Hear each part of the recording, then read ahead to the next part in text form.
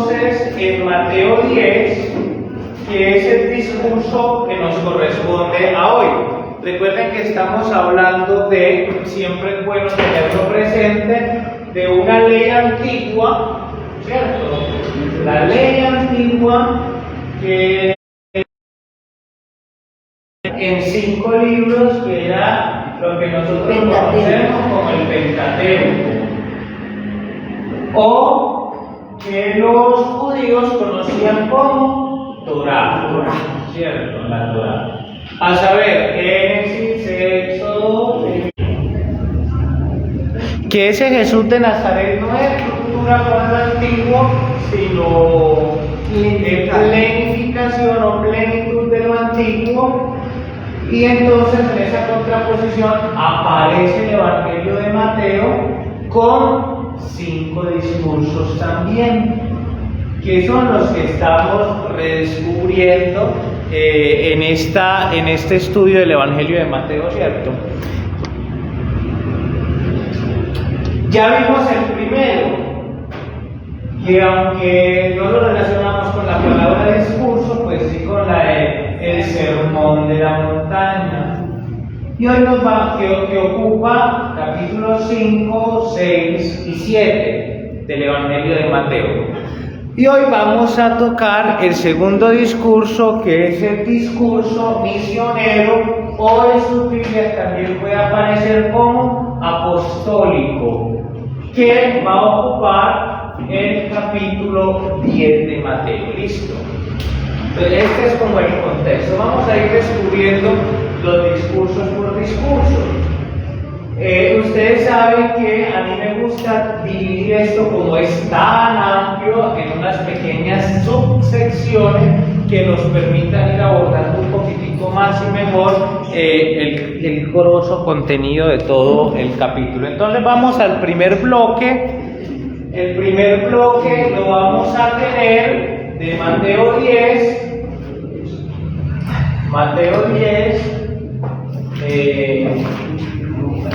del 2 al 4, y vamos a tener acá el primer bloque, que es el catálogo de los 12, ¿cierto? Los 12, vamos a hablar de los 12 como institución, ¿cierto? ¿Por qué no les decimos apóstoles? Porque es que hubo más apóstoles fuera de los 12. Por ejemplo, Pablo fue apóstol y no hizo parte de los 12. Bernabé fue apóstol y no hizo parte de los 12. Esteban no. Entonces, cuando hablamos de los 12, hablamos de una institución, los 12. Y entonces el primer diácono era apóstol o no? No. ¿Qué monográfico? No, Esteban no era apóstol, era diácono. Bueno, ese es el primer. Hoy vamos al encarno y después entramos a uno por uno. Segundo bloque. ¿2 al 4 o antes? De 2 al 4. Segundo bloque, Mateo 10. No he sacado los malos. Pregunta. Sí. ¿Cuál es la diferencia entre un apóstol y un diácono? Primero la pregunta. Bueno, sencillo. Incluso no solamente un diácono, acá saldrían los discípulos, tendríamos los apóstoles, y metamos acá a los 12, pues ya que estamos hablando de ellos, y disculpe la pregunta en su contexto. Bueno, los discípulos eran todos diáconos. Ahorita, bueno, pongamos por acá los diáconos, y más adelante va a salir otra figura que son los presbíteros. ¿Cierto? ¿Quiénes eran los discípulos? Todos los que seguían al Señor. Recuerden el sermón de la montaña al inicio. Se sentó y le habló a la multitud. Esa multitud eran los discípulos, o sea, todos los que seguían al Señor. Entonces, vamos borrando los que vamos especificando. De esa multitud, el Señor llama a una institución muy concreta que bebe de una antigua institución judía, las 12 tribus de Israel. Entonces, como estamos hablando de una nueva alianza, la alianza tenía las 12 tribus, la nueva alianza va a tener 12 columnas también, que son los 12. Ese círculo íntimo. Pero los diáconos Los 12 discípulos. se decían. No, los 12 son 12. Los podemos llamar los 12 y esto. Mitad. Pablo. No, este supuestamente tiene, este es el que le está dando. Entre esos, supuestamente no, entre esos, Pablo, Bernabé, que fueron apóstoles, pero no forman parte de la institución de los 12. No. Es que reemplazó a Judas también apóstol. El que reemplazó a Judas sí entra a la institución de los 12 porque fue el que completó el número 12 de Judas. Marco, pero yo quiero saber, por ejemplo, apóstoles, listo, eso cuando es Cristo, pero diácono Todo eso de la iglesia naciente incluso. Desde entonces. Entonces, empezaron a surgir unas figuras que eran los apóstoles, que eran los enviados a evangelizar. Eran los enviados a evangelizar. Por eso es que a los 12 también los llamamos apóstoles, porque los 12 fueron enviados a evangelizar. Pero repito, hubo otros enviados a evangelizar que no hicieron parte de la institución de los 12, por ejemplo, Pablo y Bernabé, que fueron misioneros que instauraron el cristianismo en territorios a donde los 12 no llegaron, pero llegaron ellos a través de la predicación. Esos son los enviados a evangelizar. Recuerden que por allá en Paso, y es que unas señoras muy influyentes de la comunidad se quejan contra los apóstoles porque las estaban descuidando en cuanto al servicio. Entonces los apóstoles designan a unos diáconos para que les colaboren en la... Abramos la puerta para que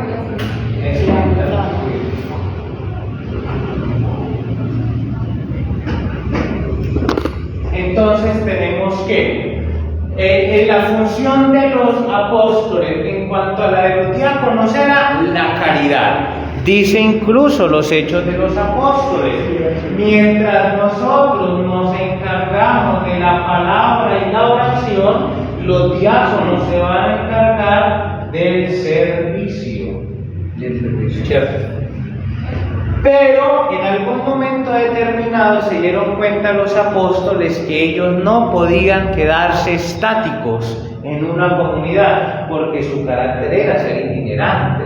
Y entonces comenzaron a dejar responsables en las comunidades cristianas que en su nombre, no vamos a decir que lideraran, porque incluso vamos a encontrar, gracias a las cartas de Pablo, indicios de que muchos laicos, incluso mujeres, fueron líderes de comunidades cristianas.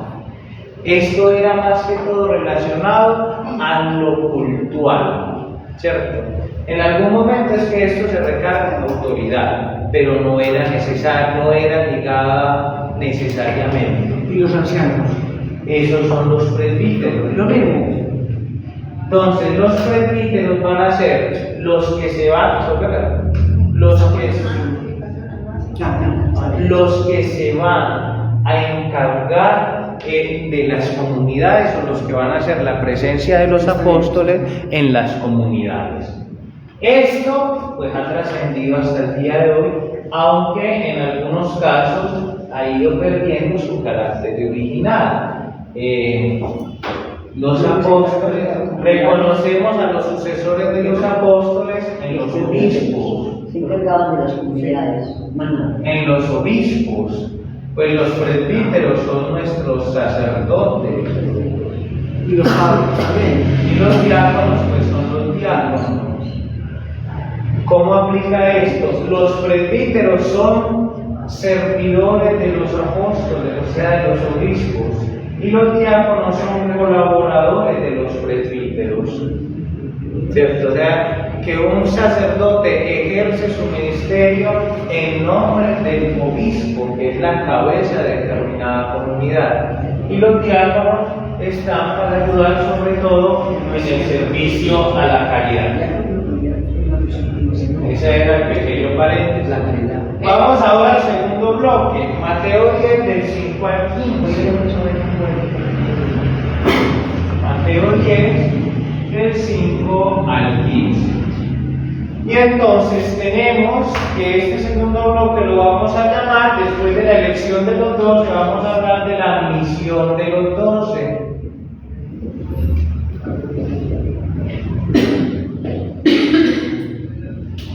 Después vamos a un tercer bloque, Mateo 10, 16, 25.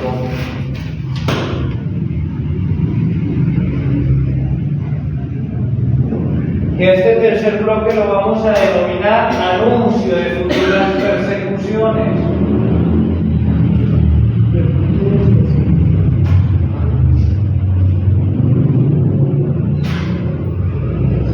Vamos ahora al cuarto bloque, Mateo 10, 26, 33.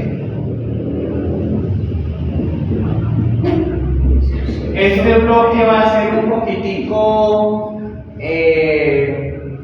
paradójico, no, problemático, llamémoslo así, porque se va a llamar ¿a quién temer? ¿A quién temer? ¿A quién temer? Temer. Vamos al quinto bloque. El quinto bloque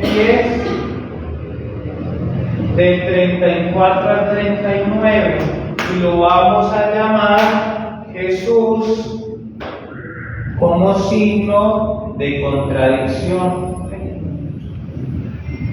34. 39. 34 al 39. No es porque Sí. y vamos al último bloque, Mateo 10, 40 al 42, donde acaba el capítulo, recompensa a los discípulos. Uno creería que este discurso está explícitamente dedicado a los 12. Y entonces uno podría decir, pues en una transliteración, no, entonces como esto fue dedicado a los 12, esto va solamente dedicado a los consagrados. Pero es que recuerden que los 12 son figuras de aquellas 12 tribus de Israel que representaban a toda la comunidad. Entonces, cuando habla acá Mateo de los 12, es un símbolo colectivo de toda la iglesia. Por tanto, todo lo que Mateo diga acá a los 12, le está diciendo en figura comunitaria a todos los miembros de la iglesia. Bueno, entonces ahora sí, vamos a empezar a desgranar cada uno de estos. Vamos a ver si los puedo dejar ahí quietos y le voy poniendo las anotacioncitas por los lados para no rayar eso. El primer bloque es muy sencillo. Está el llamado de los 12 dentro del grupo amplio de discípulos. El primero, Mateo 10, 2 al 4. Sí. Entonces, los llama de la condición de discípulos, que significa el que está detrás del maestro para aprender, y los eleva a categoría de apóstol, que apóstol quiere decir enviado. Y elige a los 12, está eligiendo nuevamente 12, es decir, quiere restaurar la alianza que se había perdido. Esa alianza que por mano de los hombres había fracasado, Jesús la quiere resignificar, restaurar en la figura de estos 12 nuevas columnas, que son los apóstoles. Tenemos siempre que el primero de esa lista va a ser Pedro. En todas las listas de los 12 va a ser Pedro. Y en última vamos a tener a Judas el Iscariote, que Iscariote, más que un apellido, es una ubicación de Queirón, un poblado al sur de Judea. Es como para a ver si entendí bien, la alianza con las 12 tribus se resignifica y la alianza en los 12 discípulos. En los 2 apóstoles Se planifica ahí. se restaura, es la intención de restaurarla. Vamos a ver, entonces acá no hay nada así como raro que decir porque es la lista, el elenco de los 12. Vamos ahora al segundo bloque, ya empieza la misión con cuatro instrucciones. Entonces vamos a sacarla por acá y vamos a poner 1, 2, 3, 4. Esta misión de los 12, Jesús la va a patentar en 4 instrucciones muy concretas. La primera, deben evitar tierras de gentiles y samaritanos, o sea, van a ir en un principio solo a Israel. Y pueden que ustedes se estén preguntando, ¿cómo así? Si en la introducción vimos que era una comunidad que se estaba intentando abrir, pero claro, procesualmente. Acá estamos apenas en el inicio del Evangelio. Mateo tiene 28 capítulos, podríamos decir que casi el principio. La plenitud de ese envío a todo el mundo va a aparecer en Mateo 28. Vayan por todo el mundo a predicar el Evangelio. Pero por lo pronto tiene un principio. Como principio tuvo la historia de salvación. Y como lo anunciaron los profetas, arranca en Israel e Israel se convertirá en un signo para todas las naciones. Es una razón de resentimiento de los samaritanos. El problema con los samaritanos ya venía desde mucho antes. Pero se abundó con eso. Muy probablemente. En ese tiempo Israel, ¿qué era exactamente? Porque ahí en Israel está Jerusalén, está... Todo el territorio. A todo eso. Israel era todo el territorio.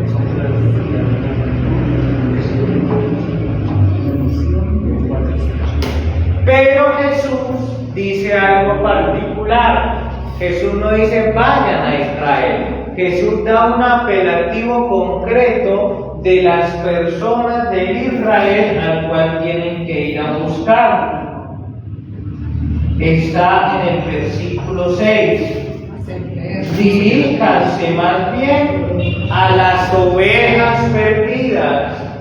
Entonces, ¿a quién van a buscar acá? A las ovejas perdidas.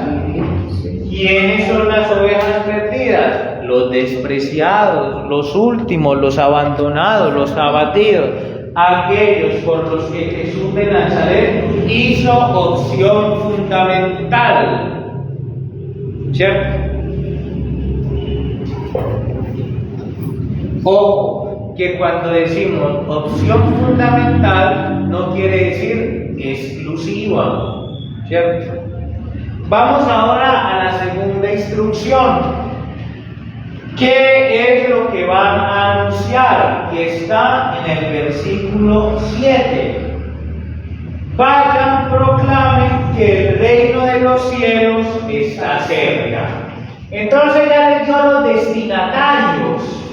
Ahora les va a dar el mensaje. ¿Y cuál es ese mensaje? Algo de lo que lastimosamente ya hoy no hablamos. El reino. El reino.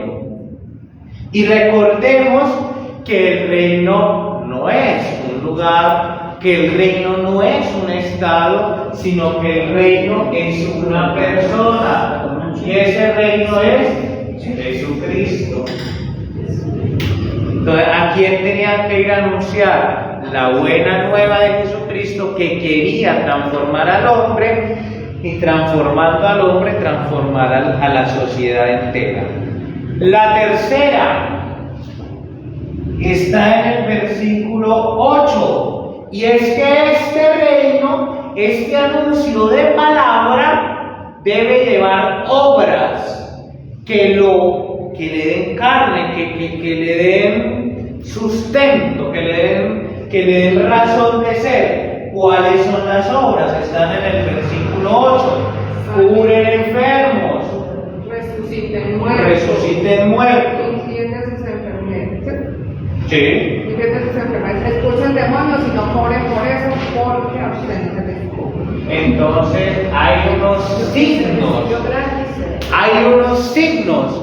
Pero más que signos milagreros, como estamos acostumbrados a ver, yo diría que son más bien signos de compasión.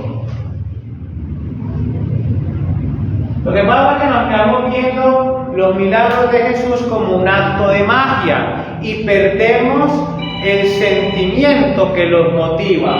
Y a fin de cuentas, Jesús a quienes sanaba, a los enfermos, a las viudas, resucitó por allá el hijo muerto de una viuda que era el único sustento.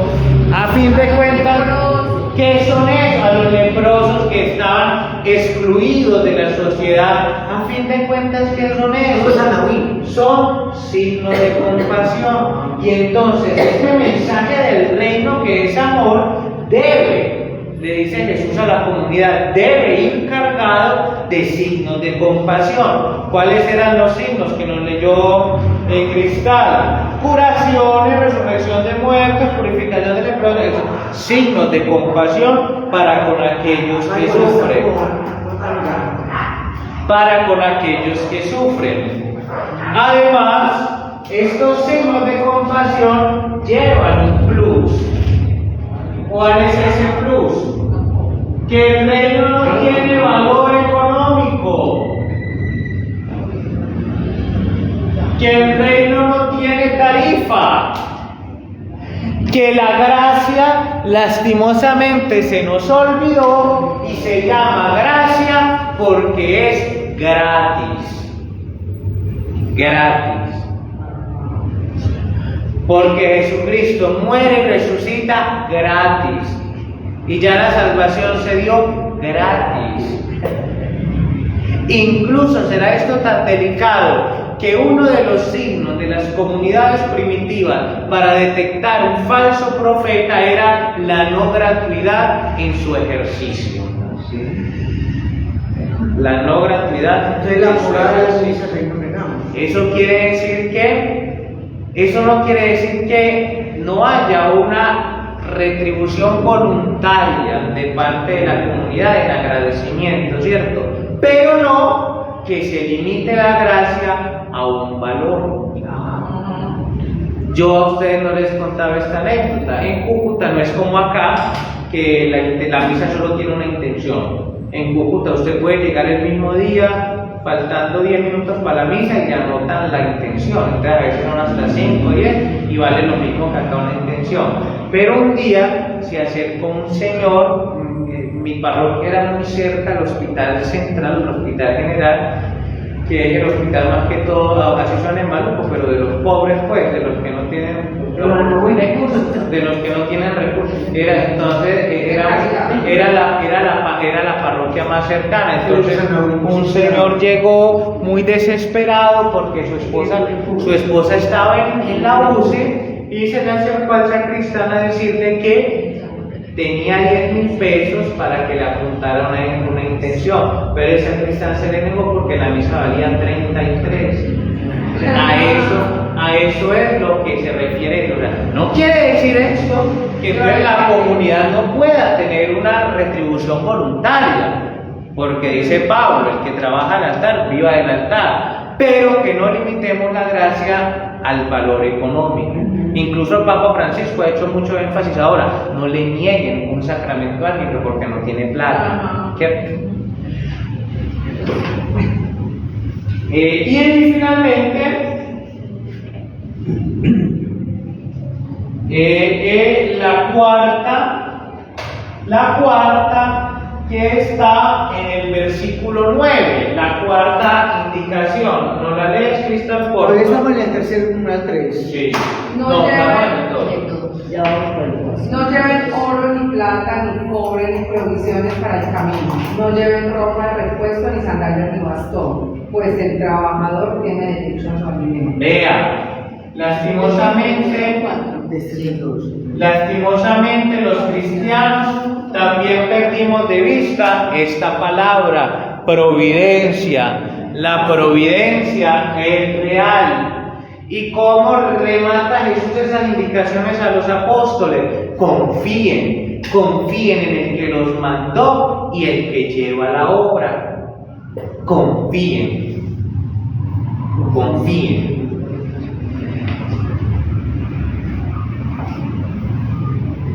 Bueno, estas son como las 4 indicaciones más. Ya después les va a decir que cuando entren, saluden con un saludo muy específico, que es con el saludo de la paz.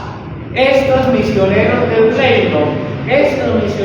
reino deben entrar a los poblados y a las casas saludando y deseando la paz. La paz. Vamos ahora al tercer bloque. Pero eso también está en el segundo, Sí. la paz. Sí. Vamos ahora al tercer bloque. Michael, pero dice que si la familia no quiere recibir... Sí, ¿cuál pero es? si la familia no quiere recibirlo, que se lleven hasta, que dejen todo, que no se lleven ni el polvo de la sandalia. Y que el día del juicio será más benévolo para Sodoma y Gomorra que para ese pueblo. ¿Qué es qué? Que el día del juicio será más benévolo para Sodoma y Gomorra que para ese pueblo. Bueno, vamos ahora aquí a escribir lo del bloque tercero. Esto es lo del bloque segundo y esto que voy a mostrar acá es lo del bloque tercero. Advertencia de persecución. No, Anuncio de futuras persecuciones. Entonces, en la misión de los dos era que bloque. El 16. La misión Vamos ahora Pues, a profe, la misión de los dos era que anuncio de persecución. Vamos ahora a la tercera. Anuncio de futuras persecuciones. Miren, dice los escudos como serpientes. Vea. Aquí, en el anuncio de las futuras persecuciones, van a aparecer también 5 indicaciones concretas del Señor. 2, 3, 4 y 5. Invitación. Indicaciones. La primera, el enviado es acosado como oveja entre lobos, o sea que es un envío peligroso. El enviado debe saber que en su condición de enviado también de manera inherente hay una condición al martirio, ya sea por la muerte, por las persecuciones, por las críticas, etc. Es decir, hay peligro, pero ante este peligro el Señor que les dice: sean astutos como la serpiente y mansos como paloma, es decir, sean astutos y sencillos, o sencillos pero astutos. Está apuntando, ahora hay que ponerle en el chat. Segundo, serán juzgados y castigados o azotados, dice el texto. Juzgados y castigados. Serán llevados a los tribunales, ante el Sanedrín, serán azotados en las sinagogas, serán incluso también, dice el Señor, llevados ante la autoridad de Roma. Pero ellos no deben inquietarse, porque esto a fin de cuentas, dice Jesús, es una misión del Espíritu y por tanto el Espíritu es el que sostiene la misión.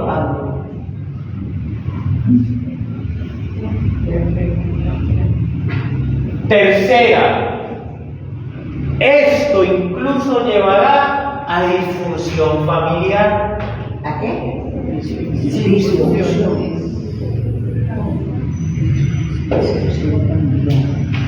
Porque de ahora en adelante Jesús será un signo de contradicción incluso dentro de las mismas familias. Pero el que persevere hasta el final se salvará.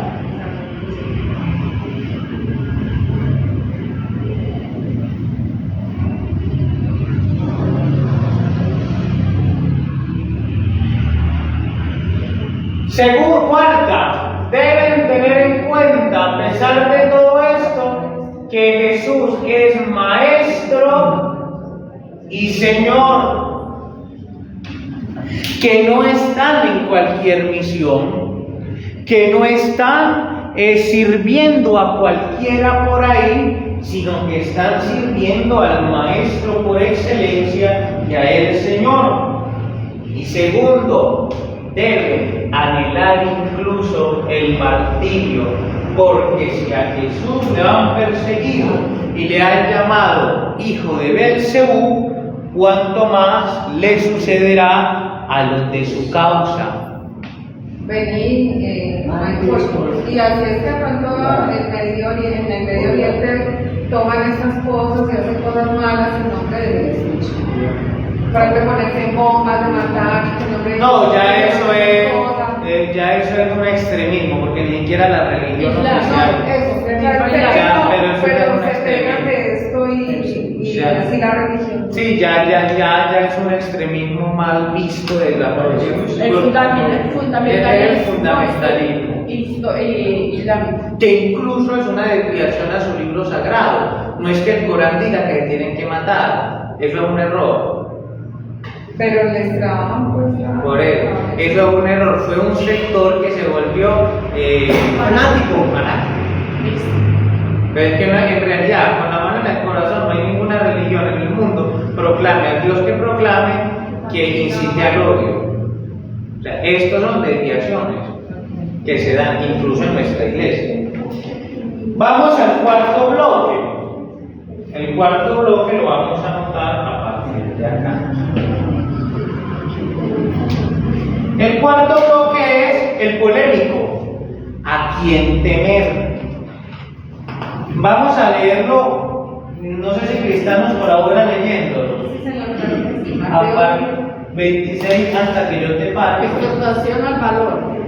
Hablar sin temor. Ajá. No tengan pues miedo de la gente, porque no hay nada secreto que no llegue a descubrirse, ni nada escondido que no llegue a saberse. Lo que les digo en la oscuridad, díganlo también a la luz del día. Y lo que les digo en secreto, grítenlo desde las azoteas de las casas. No tengan miedo de los que matan el cuerpo, pero no pueden matar el alma. Teman más bien al que puede hacer parecer alma y cuerpo en el infierno. No se venden dos pajarillos por una monedilla, sin embargo, uno de ellos cae a tierra sin que el Padre de ustedes lo permita. En cuanto a ustedes mismos, hasta los cabellos de la cabeza, Él los tiene contados uno por uno. Así que no tengan miedo, ustedes valen más que muchos pajarillos. Este bloque lo podríamos resumir perfectamente en estas tres palabras. No tengan miedo, que se repite mucho. Prediquen, que es cuando lo que los dije a oscuridad, díganlo a la luz, lo que dije en privado, griten en la azotea. Y por último, confíen. Y esto es como lo que le da la fuerza al anterior de la visión. Eso es lo que viene a reforzar lo anterior. Vea, Jesús tranquiliza a los discípulos. Después de haberles mostrado el anuncio de futuras persecuciones, lo más lógico es que los calmen. Es como cuando va a decir que lo van a matar. Ajá. Tranquilo. Pero entonces él ahí mismo los calma. Pero entonces viene la pregunta que le da el título a este bloque: ¿a quién temer? Él dice que no le tengan miedo a los que matan el cuerpo. O sea, que si esto llegase a consumarse en la plenitud de la entrega de la vida, no le tengan miedo a ellos, porque pueden acabar con el cuerpo, pero su misión trascenderá a la eternidad. Y entonces viene la pregunta fundamental: entonces, ¿a quién hay que temerle? Y uno en un primer acelere podría decir: hay que temerle al diablo, ¿cierto? Pero resulta que el texto no refiere al diablo, porque en toda la Sagrada Escritura ni una sola vez se va a decir que el hombre debe temerle al enemigo, todo lo contrario. En la Biblia vamos a tener la invitación a resistirle al enemigo, porque ese enemigo ya fue vencido. Y si tú estás con el vencedor, a él no hay que temerle, hay que resistirle, hay que frentearle con la convicción de que ya está derrotado y que tú estás con el que lo derrotó. Entonces viene la pregunta paradójica: ¿a quién hay que temer? ¿Quién es el que tiene la potestad Dios. de condenar al hombre si así lo quisiese? Dios mismo. Temer ofender a Dios. Dios mismo. Entonces, cuando acá dicen más bien, no le tengan miedo a los hombres, o sea, si a ti están para matarte, renuncias de Dios o te mato, tú a quién tenle miedo a fallarle a Dios y no a tu propia vida. Prefiere desprenderte de tu vida, podríamos decir acá, o en lenguaje de los Hechos de los Apóstoles, hay que agradarle a Dios antes que a los hombres, así eso no genere conflictos con los mismos hombres. Porque es que si le teníamos miedo al de aquí, entonces no nos vamos para arriba. Nos ponemos más a pensar qué piensa el de acá y no. Por eso al final el evangelista remata diciendo: porque aquel que declare a Jesús en la tierra, Jesús va a dar testimonio delante del Padre. Pero por el contrario, aquel que se acobardó, que le dio más superioridad al hombre que al mismo Dios, Jesucristo le desconocerá en el juicio. Podría ser eso un ejemplo del obispo de Nicaragua, que se quedó allá solo de hubiera Ajá, perfectamente. Porque yo no le tengo a este presidente. Perfectamente. El del obispo de Nicaragua, que le dieron la oportunidad de salir, pero él dijo: no, Dios me dio una misión en este pueblo y respeto más la misión de este pueblo que al mismo presidente, pues aunque al presidente no le fue respetuoso, pero sopesó más la misión divina. Tremendo ese. Vamos ahora al quinto bloque. El quinto bloque lo podemos saltar. Ese puede ser el ejemplo más fiel, y incluso el de todos los mártires. Sí, claro. O sea, otra cosa, Michael, no es temer a Dios, sino temer ofender a Dios. Ajá, yo diría más bien temer fallarle a Dios.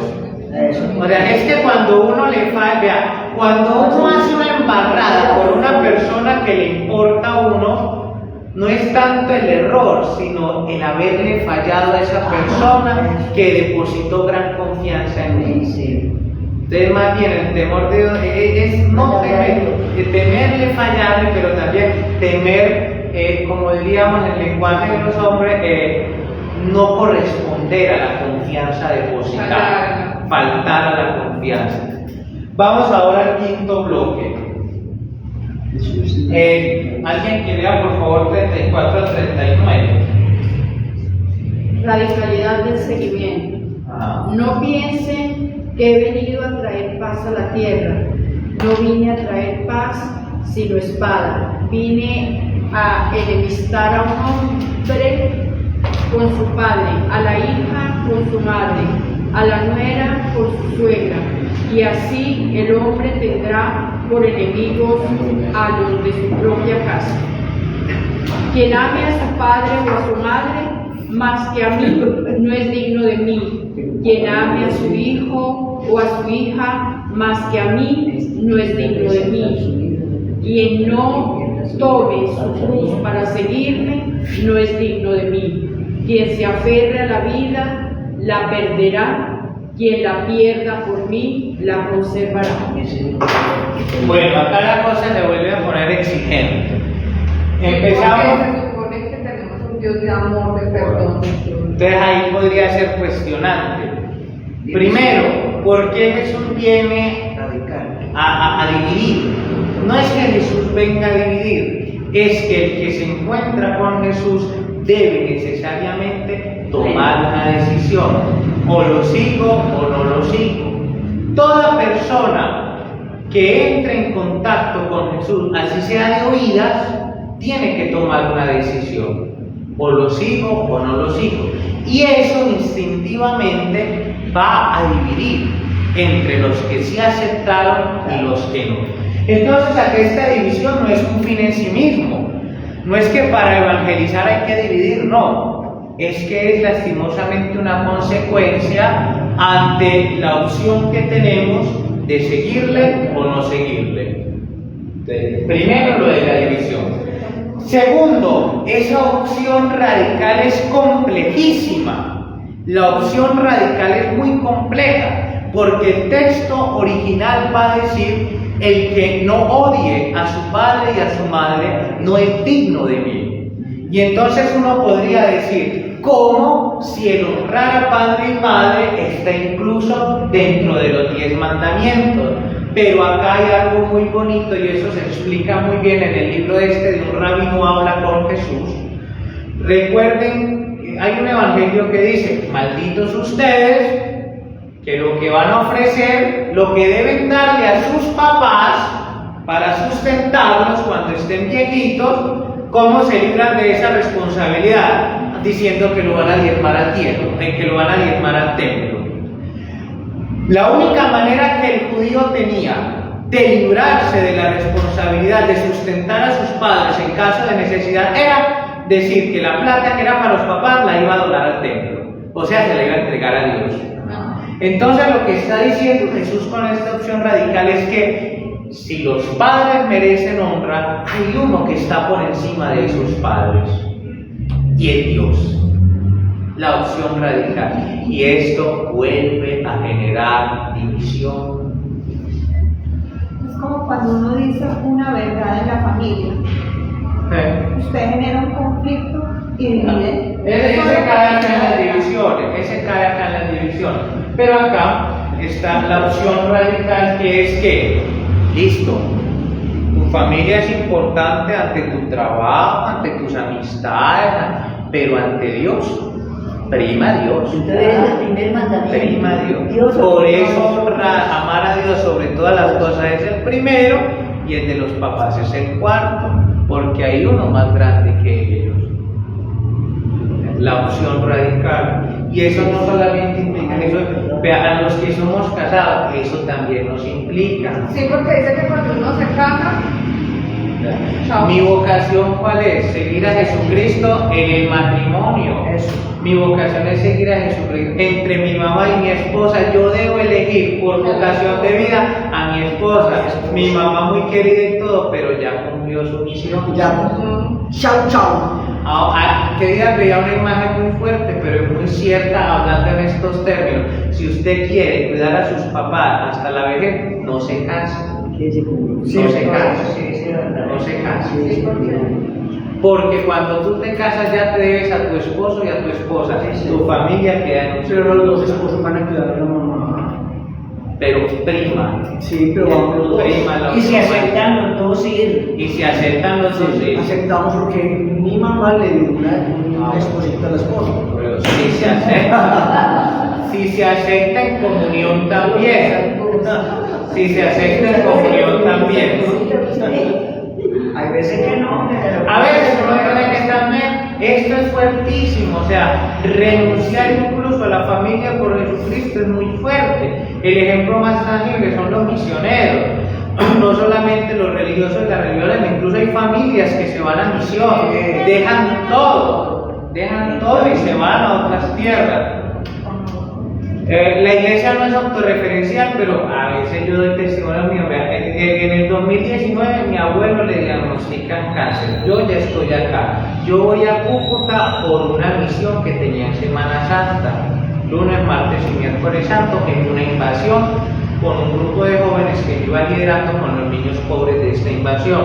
¿Cómo es que el miércoles santo le iban a hacer a mi abuelo de casi 90 años una extirpar considerables metros del colon para quitarle el cáncer, volverle a unir a un señor hipertenso de casi 90 años? O sea, nadie, ni el doctor, daba un peso por esa operación. La operación era a la misma hora que yo tenía que estar en la misión con los niños. ¿Qué mierdero no se me armó con mi familia porque yo no quise estar allá? Yo no me fui a la clínica, yo dije, ¿para qué? Si yo fuera médico, es más, la ética médica ni me deja entrar, no lo dejo, ética no me deja. ¿Qué voy a hacer allá? Si se muere, me llaman y me avisan, ya se murió. Sí, es verdad. ¿Y si se murió? Y si no, se murió el año pasado. Y si vive, ve, se murió el año pasado, no fue el cáncer. Y el abuelo que pues que dijo frente a esa situación que tú no viste. No. Ni cuenta de Dios. Ni cuenta de Dios. Entonces, ni cuenta de Dios. Eso es un ejemplo tangible de las renuncias que uno tiene que hacer por Jesucristo. A veces renuncias de hasta uno mismo. Renuncias de todo. Vamos ahora, entonces, ¿cómo graficaríamos esta opción fundamental? La cruz. La cruz, dirá Pablo, para algunos signo de escándalo, para otros signo de contradicción. ¿Por qué? Porque es que la cruz no entra en la lógica humana. La lógica humana no puede con la cruz. Pero, vea, para un cristiano, este no debería ser el signo del amor. Para un cristiano, la cruz es el signo del amor. El signo de la donación. Porque a quien le manda un corazoncito por WhatsApp, al que le manda otro corazoncito o un piquito. ¿Cierto? El corazón es retributivo. La rosita es retributiva, el chocolate es retributivo. La cruz no es retributiva. La cruz es gracia, la cruz es misericordia. La cruz es amor al que no lo merece. La cruz es Dios. La cruz es desgastarse por amor.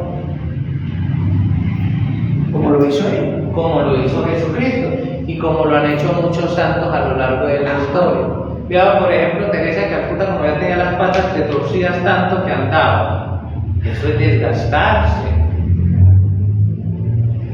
Vamos ahora al Era la sexto. más bella para Dios.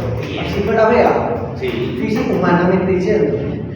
Vamos ahora al último bloque, que bueno, todo no es penalidad. Después de todo este panorama, Vienen los premios. vienen los premios. Entonces lean los premios, que los sacan nomás en 2 versículos. Vean todo lo que necesito empezar cantaleta y ahora los premios en 2 versículos. El que los recibe a ustedes me recibe a mí, y el que me recibe a mí recibe al que los envió. El que recibe a un profeta por ser profeta recibirá igual premio que el profeta. Y el que recibe a un justo por ser justo recibirá el mismo premio por ser justo. Y cualquiera que le da siquiera un vaso de agua fresca a uno de estos pequeños, por ser seguidor mío, les aseguro que tendrán su premio. Y a fin de cuentas ustedes pueden estar buscando y dónde están los premios. ¿Cuál es la recompensa? Esta, en que vamos en su nombre, caminamos en su nombre. Y si llegase el momento de sufrir, no es un sufrimiento en vano, porque estamos sufriendo en nombre de aquel que sufrió, pero que no se quedó en el sufrimiento, sino que resucitó. Como diría Pablo, si hemos muerto con Cristo, vamos a resucitar también con Él. Esa es la gran recompensa, tener la convicción de que vamos en su nombre. Hechos de los Apóstoles dirá muy hermosamente, pues en ti vivimos, nos movemos y existimos. Esa es la recompensa del cristiano, el que se abandonó a sí mismo, el que abandonó su seguridad, el que abandonó incluso a su familia. ¿Qué recompensa le queda? Nada más y nada menos que Dios mismo.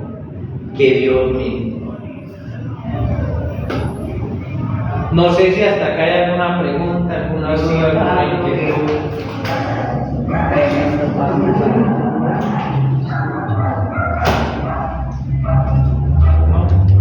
Bueno.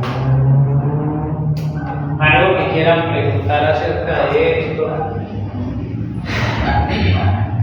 Esto es retador. Uno ve esto y esto es retador. Esto exige radicalidad. Pero mire cómo remata el Señor. Es que, ¿cuál es la recompensa? Dios mío. Y tú lo pones bien grande, la recompensa. Michael, ¿sabes qué? Te quiero decir algo. Es que no es pregunta, sino Sí. a la gente no le gusta el compromiso. Ajá. La gente huye del compromiso. Dice Cuando lo retan, Michael dice, no, yo no me meto con todas esas cosas. Vean, dice el Papa Francisco que estamos en la cultura de lo provisorio. El Papa Francisco acuñó ese término, la cultura de lo provisorio. Entonces, el que se casa, bueno, nos vamos a casar y vamos a ver cómo nos va. Lo primero, digamos, juntos a ver. Ajá. O Callemos. pues que se aprovechar. Vea, por ejemplo, con el escándalo del dinero, que decimos nosotros, ay no, mejor que se salió antes de que hiciera algo mal, pero este hombre entró a un compromiso sabiendo que era para toda la vida. Es que no era un niño chiquito, es que nadie que, ay, que mejor que se salió antes de que hiciera un escándalo. No, es que si él entró siendo consciente, siendo mayorcito de edad y con toda su cabecita bien puesta, no debía por qué haber un escándalo. Eso es la cultura de lo provisorio, de que el hombre ya no tiene opciones fundamentales, de que el hombre ya no tiene radicalidad. A mí no me parece que le digan padre, no sé. Yo escucho Blue Radio y todo el tiempo que padre. Porque es que ya se volvió como el nombre, ¿cómo es que le llama? No, el nombre artístico. Sí. Ya se le volvió el nombre artístico. Entonces, claro, que el matrimonio se separó porque ambos tenían Mozart. Ay, pero es que mejor que se separaron antes de que los niños es que no, tenían que ver que si entraron a ese compromiso, entraron siendo conscientes, entraron siendo maduritos y sabiendo las consecuencias. Y está bien, si no entendieron las consecuencias, las entendieron a lo largo del camino y manténganse en eso, porque ya metida la mano, metido el brazo. Y el cuerpo entero. Y el cuerpo entero. ¿Por qué? Porque es que el camino cristiano, recuerden, es un camino de amor. Y la frase célebre de este curso de Mateo es que no hay sentimiento más radical que el amor. Vea, llegar a desprenderse uno de la propia vida, llegar a desprenderse uno de las comodidades, llegar a desprenderse uno incluso de la familia y de los hijos. ¿Qué es eso? Amor. O sea, uno no se mete, o sea, uno se puede meter de loco por una causa porque la quiera mucho y todo, pero tarde o temprano termina reventado y ahogado. Pero cuando uno ama de verdad algo, a pesar de las consecuencias, No es como si el libro de Daniel que se hicieron chamuscar. eso, o sea, es que testimonios hay muchísimos. Y cada vez que avanzan las generaciones es peor. Estamos más en el desprendimiento, en el no compromiso, que si hoy estoy acá, digamos, yo hablo del tema laboral, si estoy acá 3 días y ya, yo me voy porque no quiero sentir ese sentido de pertenencia ya ni con una empresa ni con nadie. Es que ya lo que hagamos todos, algo tan tonto, la impuntualidad. Ya eso es una muestra de que se está relativizando todo, porque entonces, no es que yo llegue tarde. Estás fuera de aquí. No es que yo llegue tarde, es que al yo llegar tarde estoy diciéndole a ustedes que su tiempo a mí no me importa. El tiempo es oro. Vale más que el oro. Puede que para mí el tiempo no sea porque llegué tarde, pero estoy jugando con el tiempo de 15 a 20 personas. Que uno no sabe qué dejaron ustedes por estar en un lugar, como para llegar uno tarde por un caprichito. Este camino, el discurso misionero al fin es un discurso de amor radical, de amor fundamental. Y recuerden que el primero que vivió esta radicalidad fue Dios en la persona de Jesús. O sea, esto es posible porque Jesucristo se hizo hombre para demostrar que desde la humanidad es posible. Es posible, o sea, por eso tomó carne nuestra, para demostrarnos que desde nuestra carne es posible. Si no, se hubiera quedado en estado espiritual y etéreo y nos hubiera enseñado esto. Pero Él toma nuestra carne, tu carne, la mía, la carne que se enferma, que se cansa, que se envejece, que muere, para demostrar que esta carne limitada está para más si tú dejas que Dios entre. Ese es el discurso misionero. Gloria al Padre, al Hijo y al Espíritu Santo. Sí,